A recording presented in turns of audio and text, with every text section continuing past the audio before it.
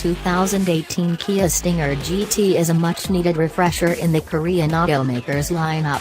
Following quite a while of building modest and for the most part forgettable apparatuses, Kia and Hyundai at last began to assemble really strong items that never again should have been promoted as only an incentive. Once the organization at long last got dependability, manufacture quality and styling down, it extremely expected to concentrate on execution on the off chance that it had any plans to be a completely adjusted automaker. Hyundai is doing particularly a similar thing with autos like the new Veloster N. On paper, we ought to contrast the Stinger GT with autos like the Dodge Charger. Size, estimating and control are about the same, however that is not by any means where we're at. Kia is speaking more about autos like the Audi A5, BMW 3 Series and other extravagance cars, and that is the manner by which we're seeing it as well. It demonstrates exactly where Kia is pointing with this auto. The auto we have this week is the base GT, the most minimal spec demonstrate accessible with the 365 drive twin-turbo V6. This is a similar motor that is accessible in the Genesis G80 Sport. While the GT1 trim doesn't get things like a moonroof or a 720-watt stereo framework, it's still truly very much prepared. You get warmed cowhide seats, control front seats, a touchscreen infotainment framework with Apple CarPlay and Android Auto, keyless section and double-zone atmosphere control.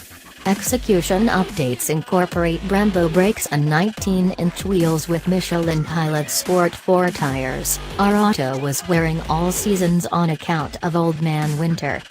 Relate editor Joel Stockstale. Ever since I went to the Stinger's introduction in Detroit a year ago, I've been anxious to drive one. On paper, it sounds strike against. It has forceful, solid styling all around, is just accessible in back or all-wheel drive, and has a couple of strong turbo motors, either a 255 strength 4-barrel or a 365 torque V6.